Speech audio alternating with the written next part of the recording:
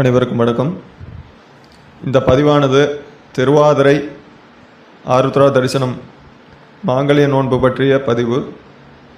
என்னுடைய சேனலின் பதிவுகளை உடனுக்குடனாக பார்த்து பலன் பெறுவதற்கு விஜயகுமார் அஸ்ட்ரோ சேனலை சப்ஸ்கிரைப் செய்யுங்க. 27/12/2023 புதன்கிழமை மார்கழி மாதம் பௌர்ணமி தினம் ஆருத்ரா தரிசனம். சிதம்பரத்தில் ஜோதி ரூபத்தில் நடராஜருடைய நாட்டிய தரிசனம்.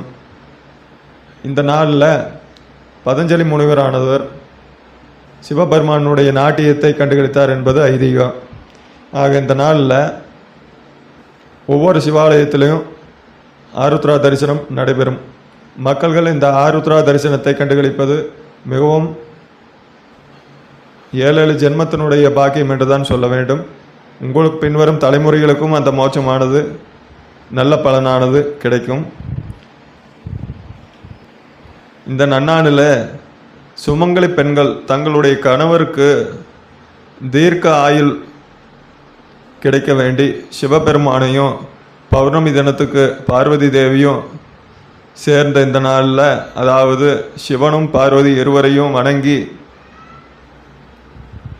மஞ்சளில் பிள்ளையார் செய்து ஒரு வெற்றிலை மீது வைத்து அந்த மஞ்சள் பிள்ளையாருக்கு அருகம்புல் சாற்றி தீபதூபங்கள் காட்டி களி செய்து நைவேத்தியமாக படைத்து மாலை வேளையில் அடை செய்து வைத்து அருகில் உள்ள சுமங்கலி பெண்களை அழைத்து மஞ்சள் சரடனை வைத்து அவர்களுக்கும் கொடுத்துவிட்டு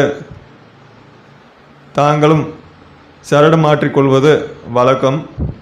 இந்நாளில்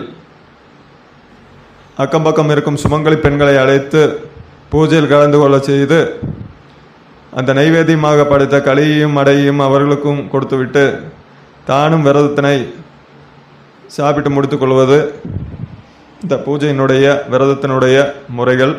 அவர்களிடம் தீர்க்க சுமங்கலியாக இருக்க வேண்டும் என்பதனை ஆசீர்வாதமாக பெறுவது வழக்கம். அதே போல திருமணமாகாத பெண்கள் ஆண்கள் இந்த நாளில் மஞ்சள் கயிற்றினை, அதாவது தாலி கயிறினை எடுத்து தங்களுடைய ஆண்கள் வலது கையிலும் பெண்கள் இடது கையிலும் கட்டிக்கொள்ளலாம். அடுத்து வரக்கூடிய மாங்கல்ய நோன்புக்குள் திருமண பாக்கியம் அமைந்துவிடும் என்பதும் இந்த பலனாகும். ஆருத்ரா தரிசனம் இந்த பௌர்ணமி நாளில் கண்டுகளிப்பது மிகவும் உன்னத பலனை தரவல்லது. ஆக ஒவ்வொரு சிவபக்தரும் இந்த நாளில் ஓம் நம சிவாய, ஓம் நம சிவாய என்ற சிவாய நமக என்ற மந்திரத்தினை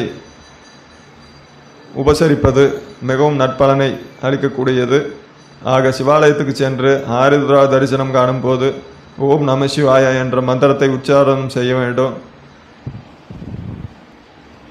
இவ்வாறு செய்து வர மக்கள் அனைவரும் லோகத்தில் சிறப்பாக வாழ முடியும் என்பது கூறப்பட்டிருக்கும் ஐதீக முறைகளில் ஒன்று.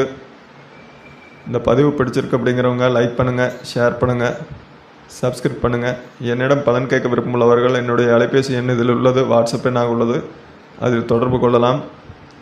நன்றி.